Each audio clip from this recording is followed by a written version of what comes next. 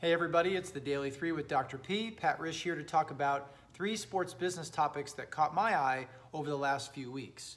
We're going to talk about concessions prices in Atlanta, college football attendances, and the cost of putting on the 2018 Winter Olympics. Let's start in Atlanta. So there was a recent article in New York Times that cited the Atlanta Falcons and Mercedes-Benz reducing the price of concessions by 50% and seeing an increase of sales revenues of 16%. So what fascinates me is, will now other teams in pro sports, college athletics, try something similar? Historically, concessions prices are a bane to most sports fans because of the excessive cost. Will teams now think about having a value menu, certainly on some nights and maybe the entire season, in light of the success that was generated at Mercedes-Benz in Atlanta? That remains to be seen. The second topic is looking at the reduction, yet again, of college football attendances. So this past year, college football attendances fell by the largest percent in 34 years.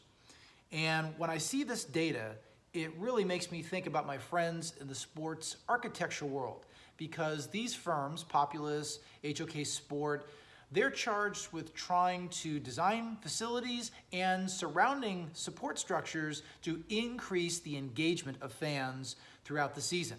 I really believe the millennials are the group that is starting to decrease their attendance at these games because they can watch on their phones, on their iPads, on their computers, and this is really digging into that attendance number. So a real challenge going ahead in the future for how Populous, HOK Sport, HKS, all these architectural firms, how do they help bring fans, and especially the millennials, back to the games?